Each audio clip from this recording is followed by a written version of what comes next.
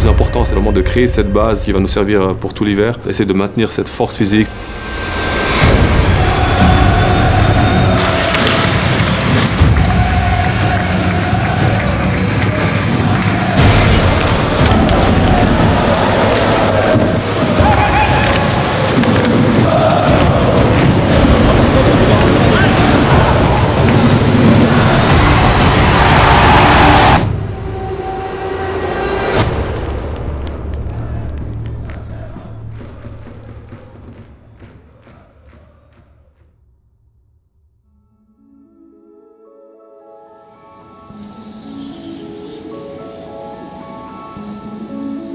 Pour moi, l'entraînement physique ou l'entraînement d'été, c'est très important.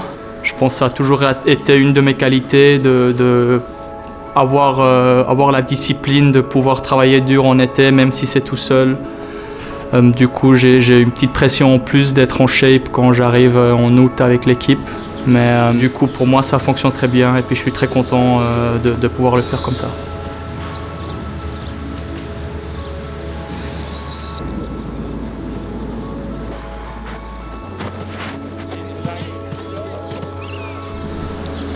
Pour moi, c'est assez spécial parce que c'est vrai qu'à 37 ans, justement, j'ai plus l'objectif d'avoir les meilleurs résultats au test physique. Je pense que j'essaye de m'y approcher le plus possible. J'essaie de maintenir vraiment ce côté physique le plus haut possible. Mais c'est important pour moi d'essayer maintenant justement de travailler sur des choses qui baissent automatiquement avec l'âge.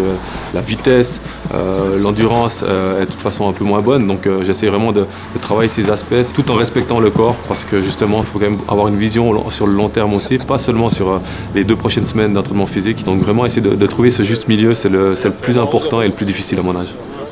C'est 10 minutes pour 45 au moins.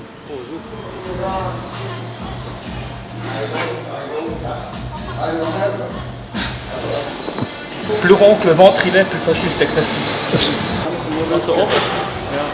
On entraîne avec Andrea Glauser et puis je trouve que nous on s'adapte très bien. Si un jour lui il a moins d'envie ou est moins motivé, moi je peux le pousser un petit peu et puis si un autre jour moi j'ai moins de motivation, c'est lui qui me pousse et puis je pense que c'est un très bon équilibre qu'on peut s'amener à trouver chaque jour notre meilleur. Ouais. Cette saison, vu que j'avais que 4 semaines d'entraînement d'été, la première semaine ou premier entraînement, c'était énormément de travailler le corps.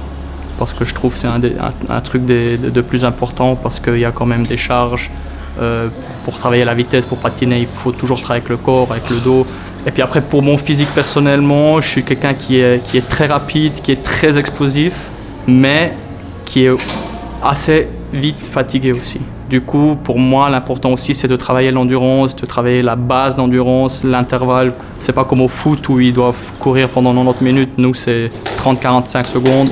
Tu reviens sur le banc, tu dois respirer, tu repars sur la glace. Mais c'est très intense et du coup, ça, c'est les points que je focus pendant ces 4 semaines.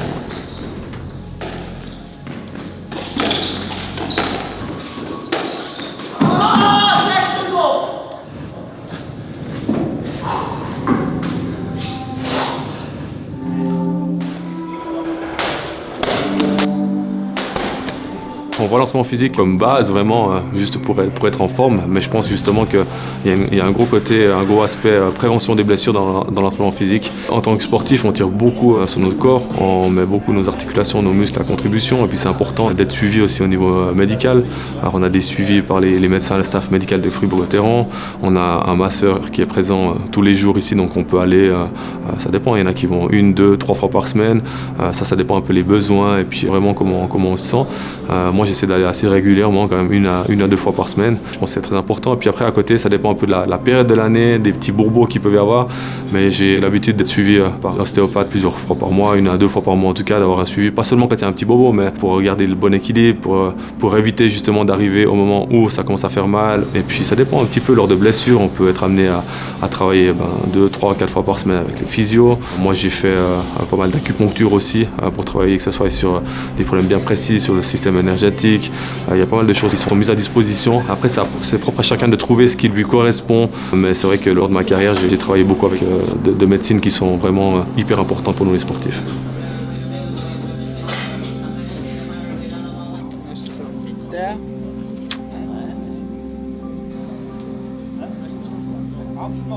Au niveau de nutrition, j'essaye pendant toute l'année de manger bien, de manger sain. Je me donne toujours un jour dans la semaine où je fais un petit cheat day, c'est le dimanche normalement. Mais sinon, j'essaie vraiment de manger sain, j'essaye de donner à mon corps ce qu'il a besoin pour avoir meilleure énergie possible. Au niveau du sommeil, en hiver, c'est un peu plus compliqué. Après les matchs, j'ai toujours un peu de peine à dormir. Ça arrive que je suis réveillé dans le lit jusqu'à 4 h du matin après un match. Et puis, c'est pas très bien. Si on rejoue le lendemain, on va se sentir encore plus fatigué. Mais du coup, en été, c'est bien de pouvoir trouver le sommeil et essayer de toujours avoir ces 6 à 8 heures de sommeil par nuit.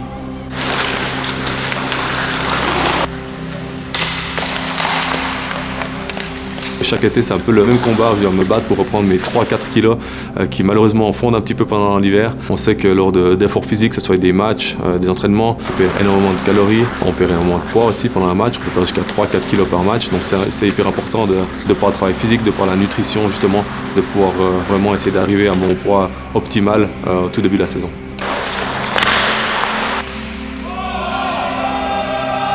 Dans mon régime, à moi, surtout le matin, je fais attention à manger pas mal de protéines. Je mange des œufs tous les jours, du fromage. J'essaie vraiment de charger la machine pour la suite. Pendant l'entraînement, c'est plutôt des dattes, des figues, des noix. C'est vraiment quelque chose que je peux manger comme ça rapidement entre deux, mais qui a quand même un fort apport.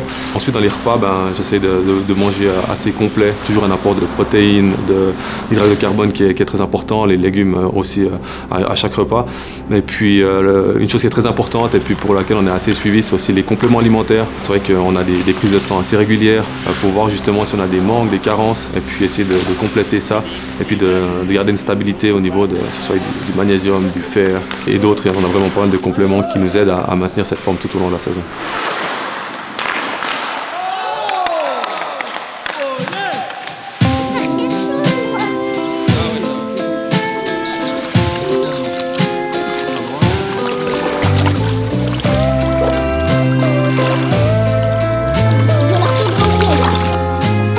La vie de famille pour moi est très importante dans mon équilibre. J'adore juste pouvoir sortir, d'être dans la nature justement. J'habite tout près du lac, donc dès qu'on a l'occasion, on prend le vélo, on va se balader, on va soit se baigner ou mettre les pieds dans l'eau, des petites choses du quotidien. Mais ces petites choses, pour moi, elles sont hyper importantes et puis j'essaie d'en profiter un maximum. Tu mets la causette ? J'ai pas de peine. À 20-25 ans, j'avais vraiment mes jours, mes nuits qui étaient parfaites. Je voulais dormir tant de temps dans les matchs, je faisais des siestes exactement de telle heure à telle heure. Aujourd'hui, c'est plus difficile, bien sûr, avec 3 enfants. Des fois, les nuits sont un peu plus perturbées, il manque quelques heures de sommeil, mais on s'adapte. Je crois que ça, c'est le plus difficile, mais il faut vraiment s'adapter.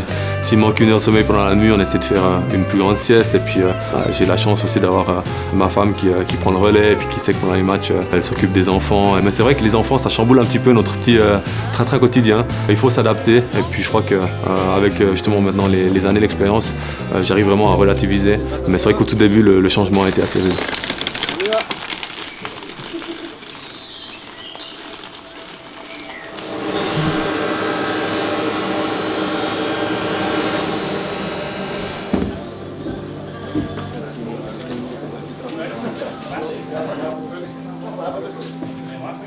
Avant le match, on arrive ici, on a un petit meeting.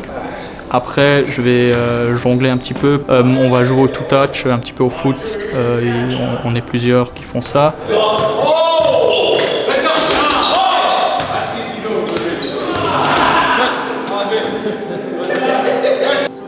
Un truc que j'ai, ça c'est le seul truc que j'ai vraiment, c'est je mets toujours patin gauche en premier, après patin droite, jambière gauche en premier, jambière droite.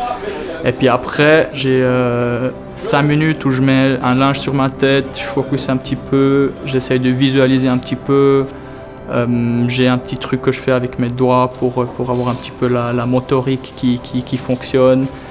Et puis après, je me sens prêt.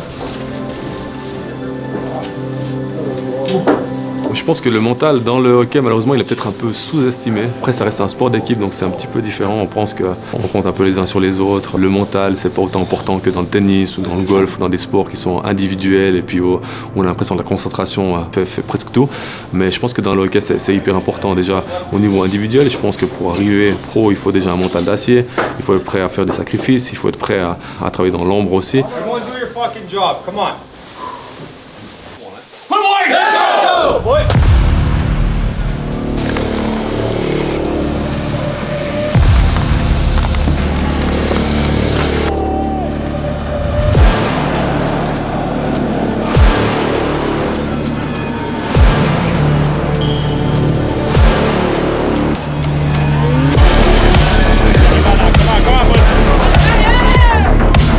Quand même amené à rencontrer certaines choses dans notre carrière qui sont des étapes à franchir. Ça peut être des blessures, ça peut être des coups de mou physiques justement au manteau.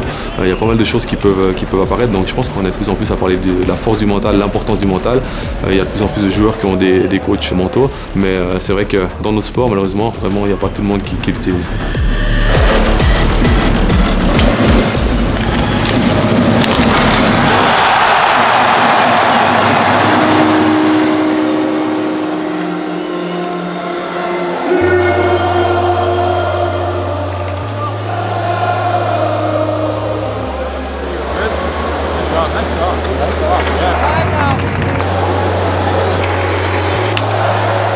Après le match, on doit aussi redescendre gentiment, mentalement, physiquement. La machine elle est encore vraiment en pleine bourre, donc c'est pas toujours facile, mais c'est pour ça que le décrassage est important. Continuer à faire un petit effort pour continuer à transpirer, faire vraiment redescendre les pulsations. Ce qui est important aussi, c'est la récup après le match, de bien manger. Après le match, c'est toujours difficile de manger parce qu'on n'a pas tout de suite l'appétit, on est encore dans l'effort. Mais voilà, c'est un peu nos journées de match. Et donc c'est important d'être vraiment assez strict avec nous-mêmes pour essayer d'être le plus stable et le constant possible. Des fois, le plus difficile, c'est le mental. C'est vrai que des fois, tu perds un match sur un petit détail, tu as loupé un goal vide, tu as des petites choses qui te hantent un peu l'esprit, et puis c'est difficile de fermer les yeux, puis de plus trop penser au hockey. J'aime bien essayer de me coucher, de faire un peu de respiration, de méditation. Par exemple, je l'utiliserais lors d'un gros match, un match hyper important, et puis tu sens déjà le matin, tu te lèves, tu as un peu un stress qui est là, alors que tu devrais justement être capable de te reposer, de garder cette énergie. À ce moment-là, j'essaie d'utiliser justement des techniques de respiration, de me concentrer justement sur mon souffle, vraiment sur moi-même. Essayer de mettre tout le reste de côté. C'est des petits moments où j'utilise ce genre de technique. J'ai une très grave blessure au niveau des cervicales. J'ai été paralysé des bras et des jambes, j'ai eu une opération très lourde et puis je me suis posé beaucoup de questions sur mon avenir aussi. Est-ce que ça vaut la peine de continuer? Est-ce que par rapport au retour au jeu aussi après cette blessure, c'était très difficile pour moi. Et là, je me suis entouré d'une personne de confiance. On peut appeler ça un coach mental, justement, où on a fait aussi une désensibilisation par rapport à tout cet accident. Parce que bien sûr, il faut revenir sur la glace, il faut aller au contact. Tu te retrouves dans la même patinoire, au même endroit où tu as eu ce choc. Donc, c'est pas toujours facile. Mais ces aspects-là m'ont fait grandir et puis justement m'ont amené beaucoup au niveau de mon expérience. Salut.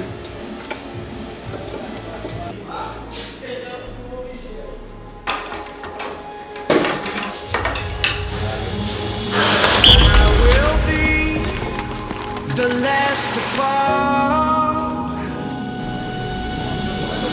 I won't shed a tear for them to see. Allez, let's go, my man. Let's go. Come on. Your name to call. I will be the last to fall.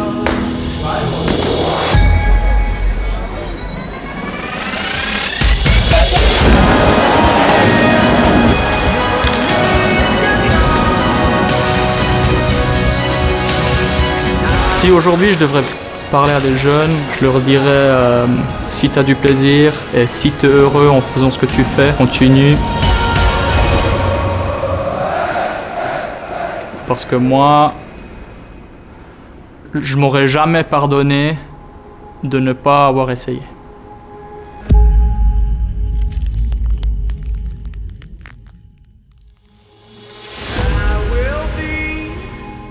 The last to fall.